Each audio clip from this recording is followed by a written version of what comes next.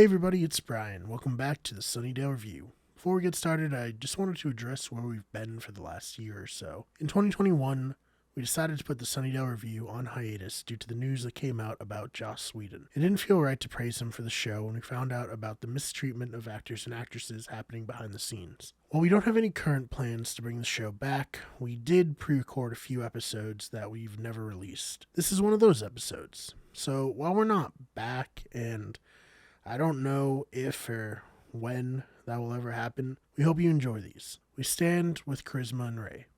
Enjoy the episodes. Hey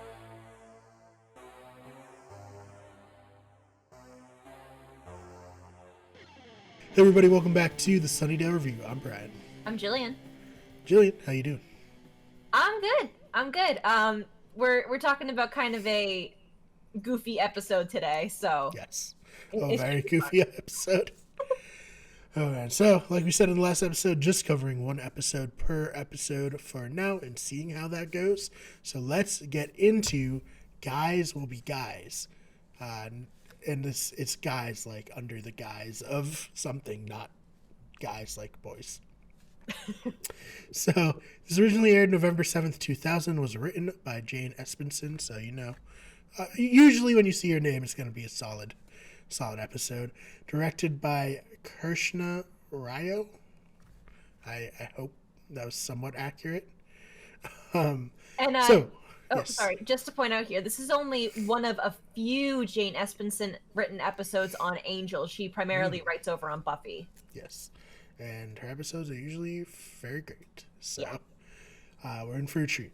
We start with Wesley alone in the hotel lobby. A mysterious man is urgently looking for Angel.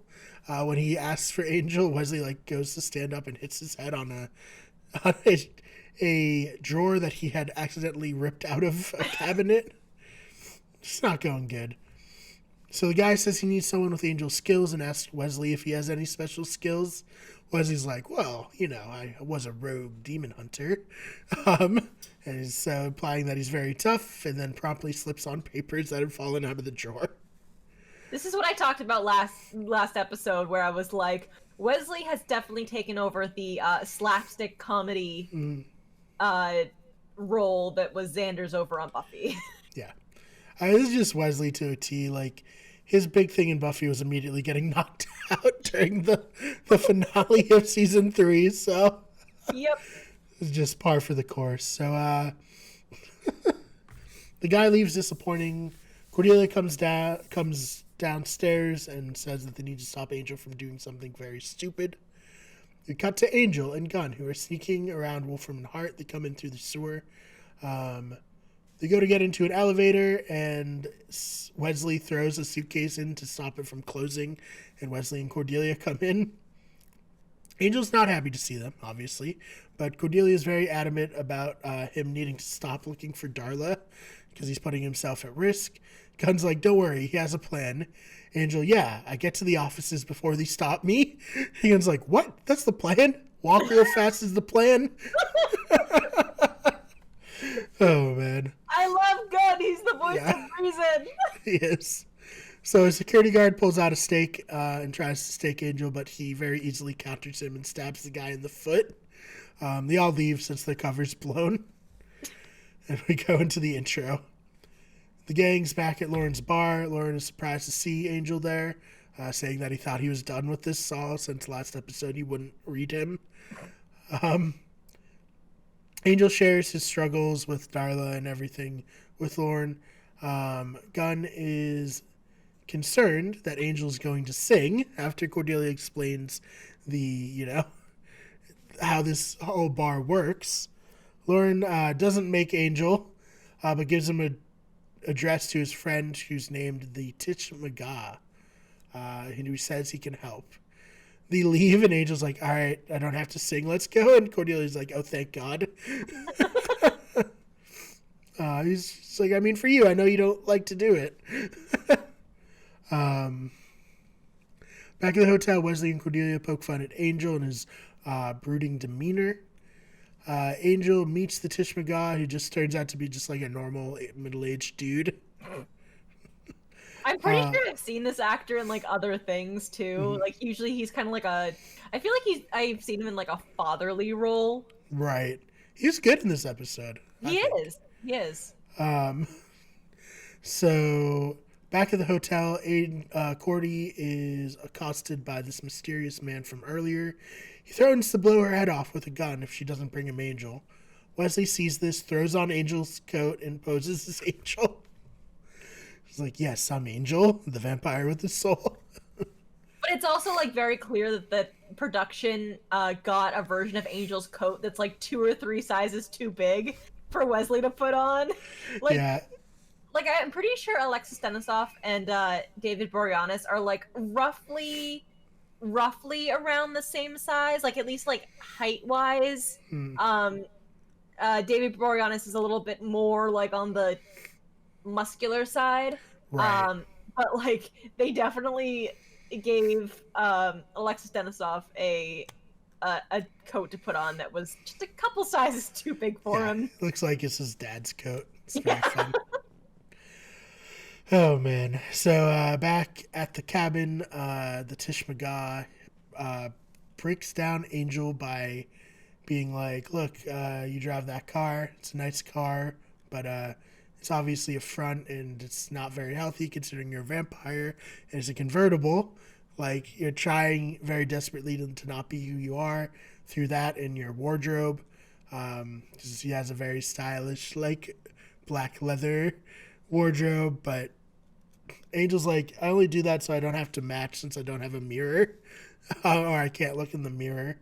I mean, fair point. Right. It also, he doesn't have body temperature, so the coat doesn't bother him in LA. Right. But the guy says that he's reflected in the people around him and how he tries to project himself. Meanwhile, Wesley is nervously posturing as Angel. The man threatens Cordelia to get Wesley to come with him. So, yeah, that's not great. So he brings Wesley to a big house, and there's a funny moment where Wesley goes to follow the guy in, and without looking back, the guy's like, I invite you in, and when Wesley hears that, he, like, jumps back, and is like, oh, yes, very considerate of you. So he meets a businessman named Magnus Bryce, who apologizes for how they brought him in, and tells him that he needs his help. They offer Wesley blood, which he's forced to drink, so as not to offend and to not blow his cover. Bryce Do they say if it's human blood or pig's blood? They do not specify. I was wondering that as well, but they do not specify, so I assume it's human. So he could have said no and been like, I only drink pig's blood. That's a good point. Wesley is not always quick on his feet. Mm-hmm. If Gunn was there, he probably would have been able to help Wesley out. But Right. I mean, there's a way that Wesley could have gotten around this because Angel does not drink human blood. Mm-hmm. It's a very fun scene where he like drinks it. He's just like, oh god, that's nummy. It's just like a hilarious thing for her to picture Angel saying. Oh man. So Bryce tells Wesley that his real business is actually a cover for, or his like television cable business is actually a cover for his real business, which is magic. He says, if you see a handsome, talented person, good odds that we gave them one of those. So, that's an interesting subculture to add into, the rest of this universe that, a lot of it's dictated by magic. Oh, man. So, Wesley's trying to be like, listen, I'm not going to, like, help you. And then the guy's like, well, I need you to, like, watch my daughter. Someone's trying to kill her. And he's like, you are going to help me because I'm going to pay you a lot. And I mean, Wesley knows that they're hurting for cash at this point, so... Yeah. So back at the cabin, the Tishmaga is trying to make Angel see that he has two versions of himself. The real him and the one that he presents to the world. Back at the house, Wesley meets Bryce's daughter, Virginia, and he catches himself in the mirror and screams and tells them to cover it up with the excuse that if they get attacked, he doesn't want anyone to know what he is. Virginia's not amused by him knowing that he's only there because her father's forcing him to be, which is fair. I mean, it's her bodyguard. It's not her new friend. True. So, I mean, he's there to do a job. Like, she shouldn't... I don't know. So Wesley asks to be left alone with her and tries to convince her that he can help and that she needs protecting. She agrees to let him try and tells him that they're going to go shopping. There's another fun moment where he's like, shopping? It's the middle of the night. Wouldn't you rather go in the morning when I can't go out? It's like, yes, we should go shopping. So good. How did they not pick up on how much of a bumbling idiot, like... I mean, Wesley can be very, very, very smart at times, like, don't get me wrong. But, like, when he's not good at lying, he's not good at playing a part. He's good at what he does, and also occasionally being, like, way too skilled with weapons, considering how clumsy he is. But right. When it comes to, like, how do people not catch on? I don't know. Oh, man. So, back at the hotel, Cordelia is with Gunn telling him what happened with Wesley. She comes up with a plan. She'll find out info about the man who took him, and Gunn will go get Angel. She's afraid of where Wesley is now. She's like, I can't imagine what they're doing to him. And it just cuts to him at a fancy wizard shop with Virginia. Virginia tells Wesley that it's almost her dad's 50th birthday. She's trying to find him a gift. While they talk about Virginia and her father, it's revealed that Virginia and her father have really grown apart in recent years, especially because he kind of keeps her cooped up and at home. While talking, Wesley accidentally touches a cross and has to pretend it hurts. So he's like leaning up against a helmet with a cross on the top and like holding it. And she's like, doesn't that hurt? And he's like, yes, fire. And like puts his hand into a thing of ice water with champagne in it. He's like, oh God, cold. Oh man. So two men try to abduct Virginia from her father's like rival business people, but they're scared off by Angel's reputation. We see Angel and the Tishmagah fighting with sticks. The Tishmagah says Angel's holding back. Angel says he's afraid to let the demon out so as to not kill him. Tishmagah says that the demon and Angel are one and the same. So that's a very interesting point of view. It's interesting because of... So we know from the season 3 finale of Buffy that vampires are like a tainted version of demons. They're, demons mixed with human blood. So it's kind of a demon inside of the shell of a human who can take on some of like the personality of the human they were before, blah, blah, blah, blah. Angel is also re-ensouled. So he's definitely more than your average vampire. So while I get what the Tishmagah's going for, where he's like, you and the demon are one and the same. You're the same person. Like you are a whole person. With Angel having his soul and being able to fight his, I guess, inner demons, I don't know. Like, I think it's supposed to be like you need to be able to accept both sides of yourself kind of thing. But also it's like, does it really apply in Angel's situation? I'm not sure. And the fact that vampires are typically very, very selfish and do things for their own selfish needs. They feed off the lives of humans, usually killing them type of thing.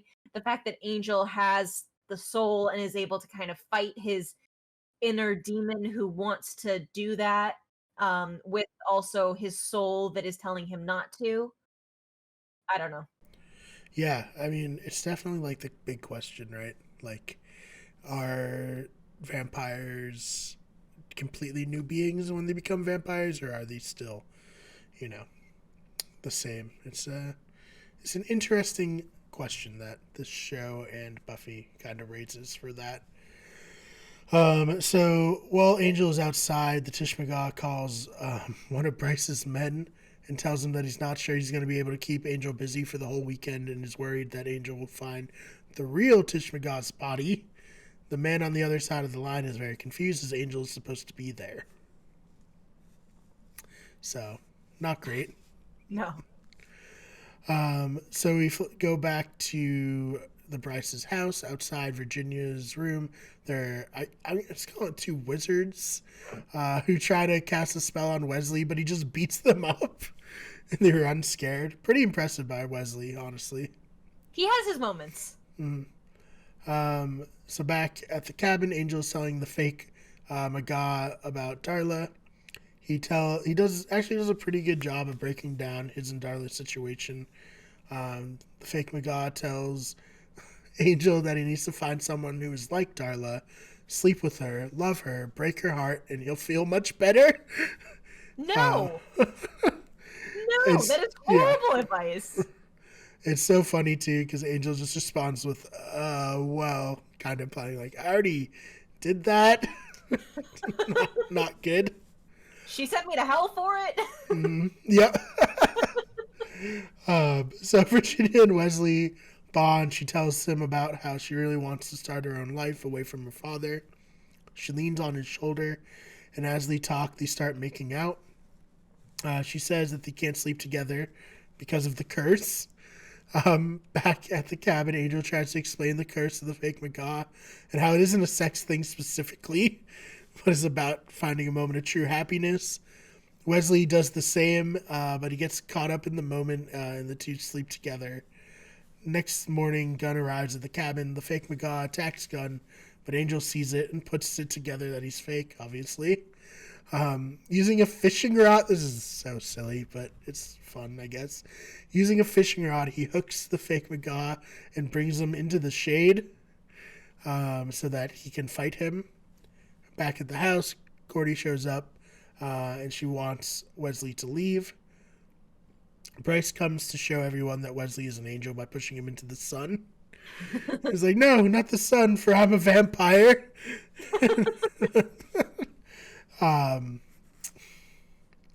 So he admits that he's fake to Virginia, and he tells her his real name.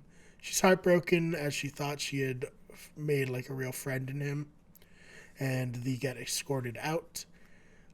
Bryce talks to his men, talks to the mysterious man from earlier, yells at him for putting the sacrifice at risk, and it turns out that he's going to sacrifice Virginia. So what a lovely father-daughter relationship. For real. So Angel and Gunn come back to the hotel. Gunn's like a little woozy after being knocked out. They see Cordelia and Wesley. They all fill each other in on their various misadventures. Angel's very confused as to why Wesley's wearing his coat. Like as they explaining, he's like, "Is that my coat?" And as like Wesley's explaining stuff, he's like, "It is my coat, right?" Can someone please just give me confirmation on the fact that is in fact my coat?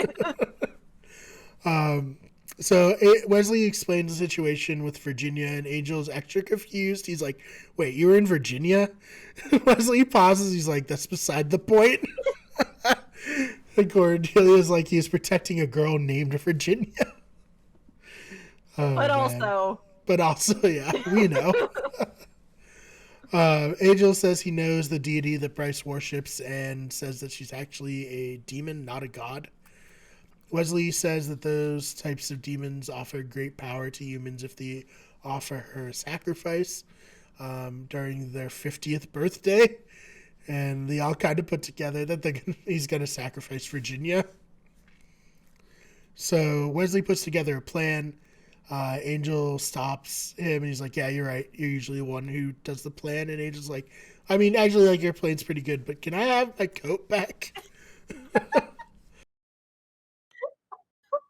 Oh man. So back at the party, things are going well, but then Virginia notices the weird altar.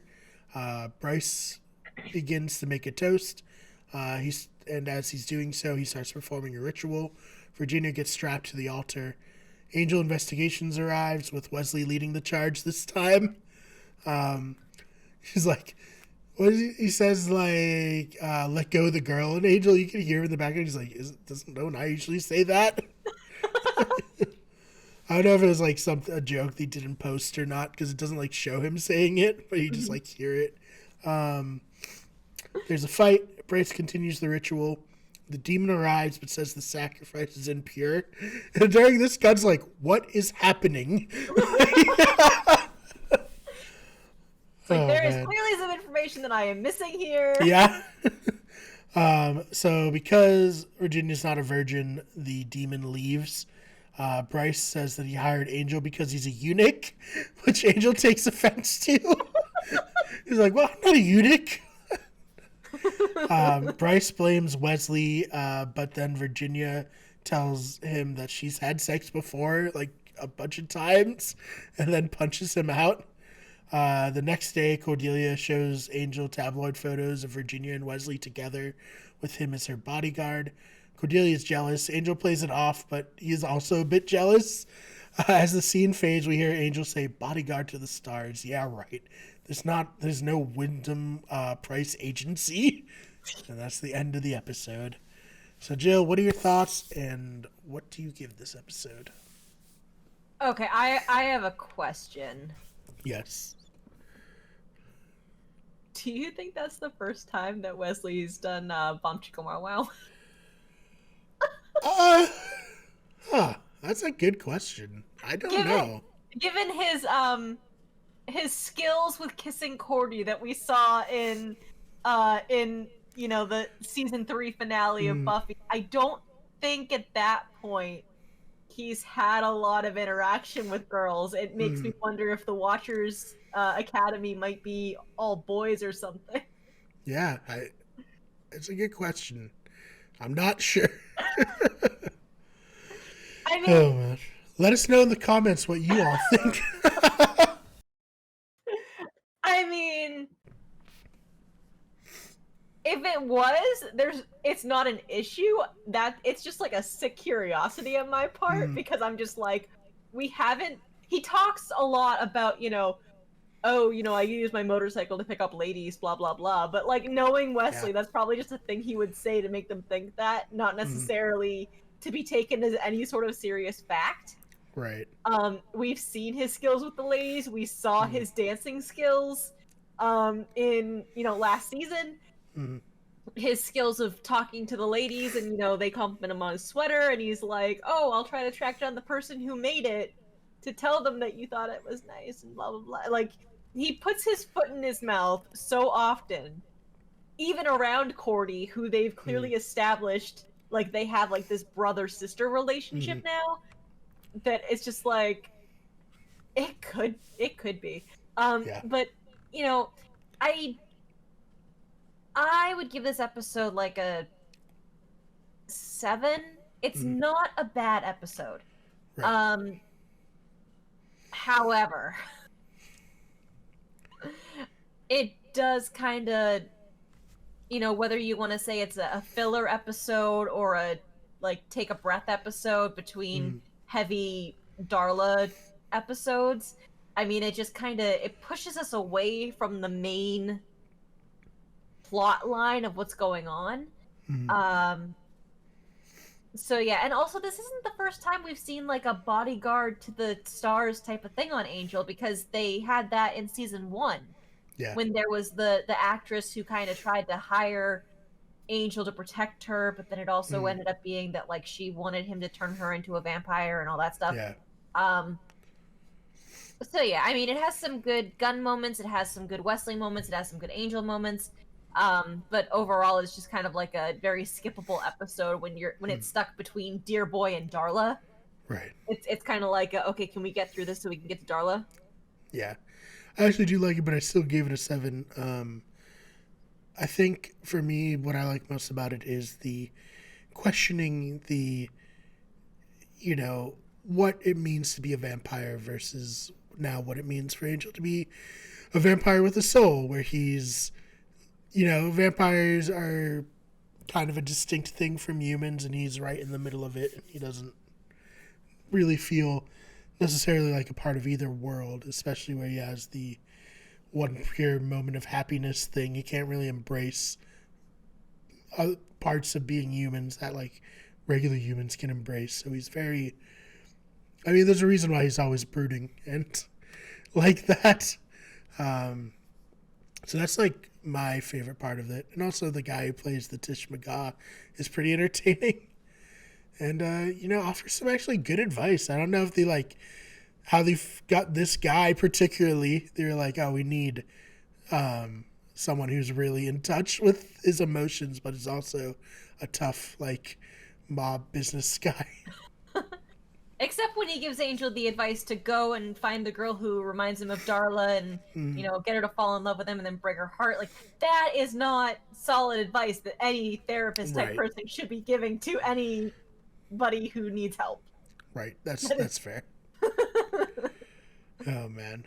So, yeah, do you have anything else you want to add to this before we get on out of here? Nope, I think that's all I had for this episode. Next episode, we're going to be covering Darla, which I have way too many notes for. So we'll see how long it takes us to get through that. But if you want to hit me up on Twitter, you can. I'm at Jillian_Swan. That's Swan with 2 N's. I'm not good at Twitter. So it may be 10 to 12 business weeks before I get back to you. If you want to reach out to the show, for anything, reach out to Brian. He checks his Twitter way more often than I do. It's true. So yeah, if you need us to get back to you in any sort of reasonable time frame, please reach out to Brian. Yes, please do. And you can reach out to me at the fake BMAR. That's BMARR. Trying not to lose my voice here. Jesus. You're probably a Star-Lord. Exactly. So this is what happens when I talk too much. My voice just like breaks down. But yeah, so you can follow the channel on Twitter at WG Everything, on Instagram at WickedGoodEverything, at Twitch at twitch.tv/WickedGoodEverything. We have a lot of fun Among Us streams lately. Ben's been doing those, having a blast on that, as well as the main channel. We stream both at the same time. You can follow us on TikTok, also at WickedGoodEverything. We got this branding down. And please rate us on iTunes and Spotify and tell your friends and enemies about the Sunnydale Review. We will see you in the next one. The Sunnydale Review is a Wicked Good Everything production. The fan art of Buffy was created by Fishbone Art. The logo was created by Tamar Kutab. The original intro and outro song was created by Alex Carl.